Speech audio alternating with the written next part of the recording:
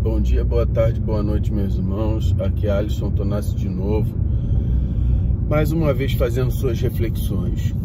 Hoje eu pensei, o que a maçonaria me auxiliou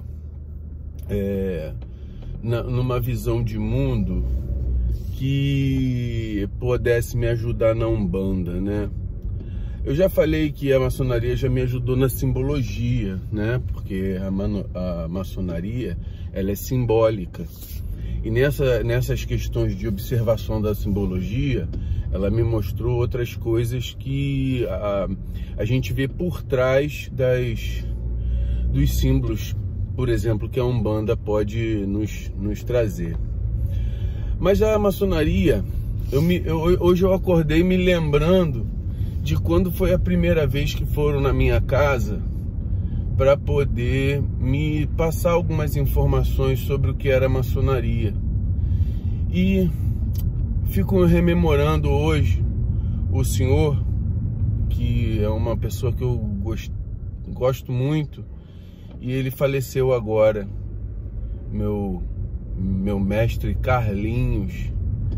Ele foi lá, um dos fundadores da minha loja. Então eu queria fazer aqui em homenagem a ele essa reflexão. Então o Carlinhos foi na minha casa e falou assim: primeiro, ele olhou para minha esposa e perguntou: ele pode frequentar a maçonaria? Porque se você não tem uma base familiar que esteja investindo com você naquela empreitada, não vale a pena você iniciar. Então a maçonaria, ela se preocupa nisso. Se preocupa em, quando você vai investir numa caminhada, que toda a tua família esteja de comum acordo com isso. Então isso é uma coisa que me faz refletir. Ele chegou lá na minha casa e falou assim: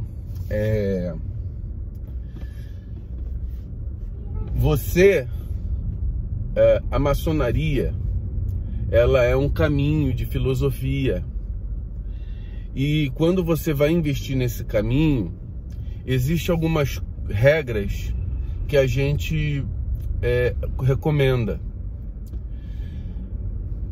Não coloque a maçonaria em primeiro lugar na sua vida. E as palavras dele foi: primeiro é a família, segundo, o seu trabalho, o seu meio de sobrevivência, e o terceiro é sua família. E no quarto, a maçonaria. Tenha comprometimento. Nós estamos te pedindo para que nós temos uma reunião uma vez por semana, de tal hora a tal hora. Isso foi falado para minha esposa. E nesse momento ele falou: tenha comprometimento e com aquilo que nós estamos combinando, porque o que a maçonaria te pede é que você frequente uma vez por semana, dentro das regras e orientações que nós vamos lhe dar. E aí, quais são as reflexões que eu tiro para a Umbanda disso? Eu tiro, pensando no falecimento do Carlinho,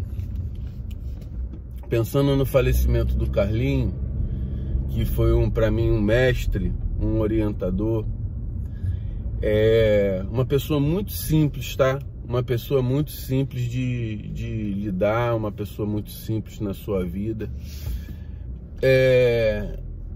Em primeiro lugar, a gente vê em todas as religiões pessoas que têm tendência ao fanatismo. E normalmente essas pessoas que têm tendência ao fanatismo são aquelas que vivem dentro das casas. Por exemplo, se você tem 3 reuniões na casa espírita, ela vai estar nas 3 reuniões. Ela vai começar a pegar se comprometer com alguma coisa. Ela não se compromete só com uma coisa, ela se compromete com 10 coisas. E aí, a gente pensa assim, poxa, mas a gente também tem que ter nossa vida. A nossa vida material. Porque muitas vezes a gente vai chegar, o que a gente leva, a gente acredita na reencarnação e que existe uma continuidade de vida. Mas a gente tem que pensar no seguinte, a nossa família também está nessa empreitada. No dia que eu me comprometo com 10 coisas e deixo em falta a minha família, será que isso vai ser algo de positivo? Então nós temos que ter equilíbrio. Por exemplo, normalmente o meu terreiro ele funciona de 15 em 15 dias e toda a minha família vai. Mas a gente sabe que tem pessoas que não têm essa condição, ou o marido ou a esposa não tem o comprometimento e não tem o carinho ou os bons olhos perante a nossa religião e às vezes é até a família da pessoa.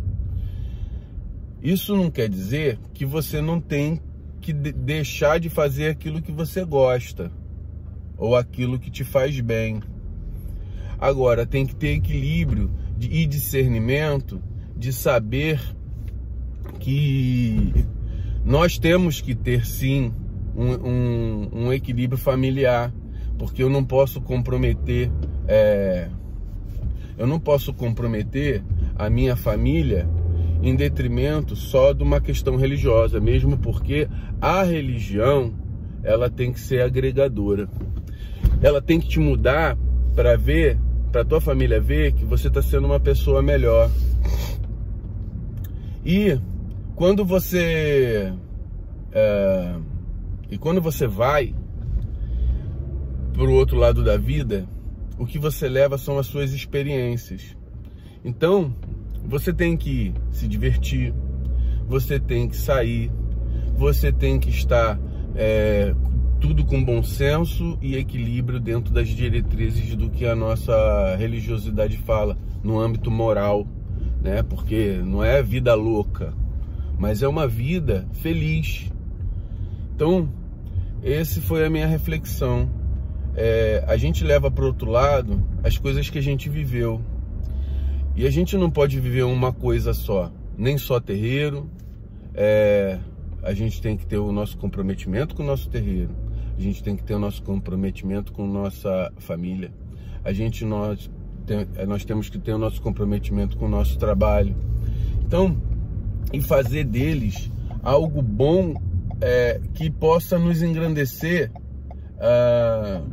em todos os aspectos, né? Por exemplo, eu estou feliz no meu trabalho, eu fico feliz no meu terreiro, eu fico feliz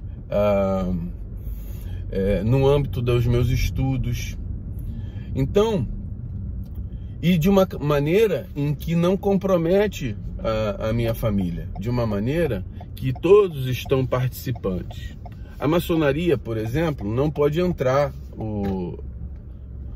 mulheres, mas não pode entrar mulheres, tá? Não pode entrar mulheres. E aí, mas tem outras coisas ali que a família participa, entendeu? Então, vamos tentar entrar num campo de harmonia entre tudo isso. Vamos tentar entrar num campo de equilíbrio de tudo isso. Se você tiver que ceder na Umbanda para ter harmonia na tua família, tenha. Se você tiver que ceder, por exemplo, em relação aos teus fundamentos olha, o teu trabalho está atrapalhando a tua gira. Dá um tempo, vá só assistir. Participe como consulente. E depois, dentro das suas expectativas, do teu comprometimento, você inicia novamente. Mas tem equilíbrio. A gente vai levar para o outro lado aquilo que a gente viveu. Ultrapasse o limite daquilo que você acha. Poxa, eu não consigo. Consegue sim. Vamos lá. A gente sempre tem coisas para melhorar. Então estuda. ultrapasse os seus limites. Por exemplo, médiuns que vão incorporar, fica com aquela ansiedade, com aquele medo. Pô, no momento que você tem ansiedade e esse medo, você já perdeu. E já que vai perder de qualquer maneira, por que não deixa a coisa fluir, né? Então, vamos tentar pensar nessas coisas, irmãos. Axé aí a todos.